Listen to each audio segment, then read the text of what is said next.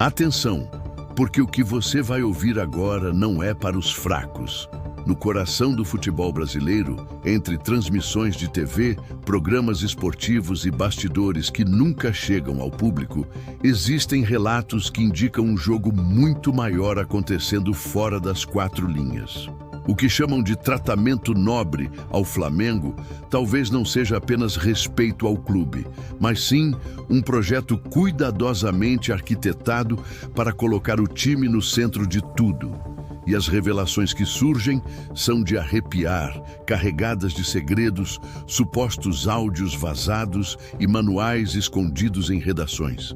Prepare-se, porque este é apenas o início de uma investigação que já está mexendo com torcedores em todo o país. Primeira revelação.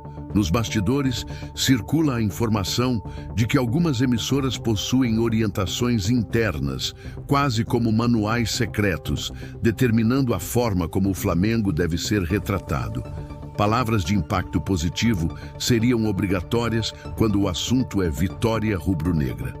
O bordão "é do Mengão" virou não só uma frase popular, mas, segundo rumores em grupos de jornalistas, um recurso editorial quase imposto. Fontes próximas de redações garantem que crises internas do Flamengo precisam ser sempre suavizadas. Ao mesmo tempo, quando clubes como Bahia, Atlético ou Ceará enfrentam turbulências, qualquer detalhe é inflado, virando manchete de escândalo. Coincidência ou um tratamento desigual? A verdade é que a discrepância salta aos olhos. E há quem acredite que isso seja parte de um esquema maior para proteger a imagem de um único protagonista. Segunda revelação. Jornalistas veteranos comentam que, em reuniões de pauta, existe uma ordem velada. Se o título é de um clube considerado menor, a linha é desvalorizar. Termos como torneio esvaziado, campeonato sem relevância e competição menor aparecem como um carimbo. Mas, quando o Flamengo vence o mesmo torneio, a cobertura é épica, envolta em narrativa gloriosa. Áudios supostamente vazados sugerem que grandes patrocinadores interferem diretamente nesse enquadramento. A lógica é clara. Quanto mais o Flamengo é exaltado, mais audiência os programas conquistam. Mais audiência significa mais retorno para marcas globais que apostam pesado em patrocínios e publicidade. O curioso é que alguns desses patrocinadores aparecem repetidamente como cotistas principais em transmissões decisivas do Flamengo, sempre associados à imagem de poder e grandeza. Seria isso apenas coincidência comercial ou manipulação planejada? Torcedores de rivais enxergam com revolta, apontando para um teatro onde interesses milionários valem mais do que a verdade em campo. Terceira revelação. Há relatos de que existe um pacto não escrito entre colunistas e comentaristas de maior influência. O acordo seria simples. O Flamengo jamais pode ser tratado como pequeno, em qualquer contexto. Mesmo diante de eliminações ou vexames, a linha editorial procura sempre suavizar, relativizar, buscar culpados externos. O curioso é que, segundo pessoas ligadas à CBF, essa narrativa positiva tem utilidade política. Um clube permanentemente exposto como símbolo de grandeza nacional serve para pautar debates, atrair votos em eleições internas e até pressionar decisões de arbitragem. Alguns comentaristas insinuam que decisões controversas em campo seriam menos contestadas quando envolvem o Flamengo, justamente porque a narrativa já foi construída fora das quatro linhas. Um clube forte na mídia se torna forte nos bastidores. E a pergunta que ecoa é: estaria o futebol brasileiro sendo usado como ferramenta de manipulação política? A torcida rival, sufocada por silêncios e narrativas engessadas, já não aguenta mais ver essa diferença de tratamento.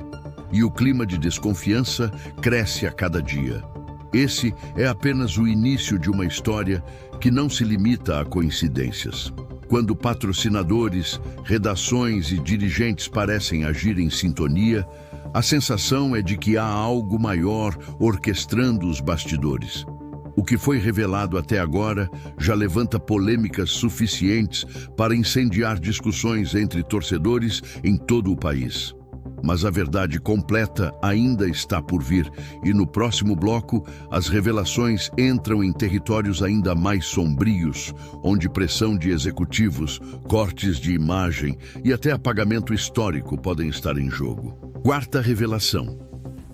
Nos corredores da imprensa esportiva, circulam áudios que supostamente revelam ordens diretas de executivos de televisão. As instruções seriam claras. Quando houver material bruto de jogos ou bastidores, as imagens do Flamengo devem sempre ter prioridade. Cortes de VT, resenhas e até comerciais são montados em torno da presença rubro-negra. Isso explicaria por que lances de outros clubes, muitas vezes mais decisivos, ficam em segundo plano. Mais intrigante ainda são os relatos de jornalistas que ousaram criticar o Flamengo em público. Segundo fontes internas, esses profissionais sofreram retaliações silenciosas. Convites para eventos foram cortados, presenças em programas reduzidas, contratos de patrocínio misteriosamente suspensos. Há quem diga que o preço de se opor à narrativa pró-Flamengo é o ostracismo midiático. Coincidência ou perseguição planejada? Esse clima de medo e autocensura gera uma pergunta inevitável. Será que a imprensa esportiva ainda é livre para falar? Ou tornou-se refém de um sistema onde a crítica a um clube pode custar a carreira? Quinta revelação. A questão final é ainda mais sombria. Se a mídia insiste em vender o Flamengo como gigante absoluto, não estaria ela, ao mesmo tempo, apagando a história de outros clubes? Essa é a acusação que ecoa em grupos de torcedores de norte a sul. Títulos históricos de rivais são tratados como notas de rodapé, enquanto qualquer conquista rubro-negra é elevada a épico cinematográfico. Basta comparar, quando um clube nordestino ergue uma taça, o discurso recai sobre a falta de relevância do torneio. Quando o Flamengo ergue a mesma taça, é descrito como prova de grandeza. Nos bastidores, fala-se que essa suposta conspiração não é apenas favoritismo, mas uma estratégia de poder. Manter o futebol brasileiro girando em torno de um único protagonista garante controle narrativo, foco de patrocínios e domínio político nos bastidores da CBF. A dúvida que paira é devastadora. Será que o futebol, paixão de milhões, virou apenas uma peça em um tabuleiro de interesses midiáticos e corporativos? E, se sim, quantas histórias foram enterradas para que apenas uma fosse exaltada? Agora eu quero ouvir de você. Esse tratamento nobre é apenas coincidência jornalística ou estamos diante de um projeto para transformar o Flamengo no centro permanente do futebol brasileiro? Deixe sua opinião nos comentários, inscreva-se no canal, ative o sino e deixe seu like para fortalecer o Vestiário Oculto FC.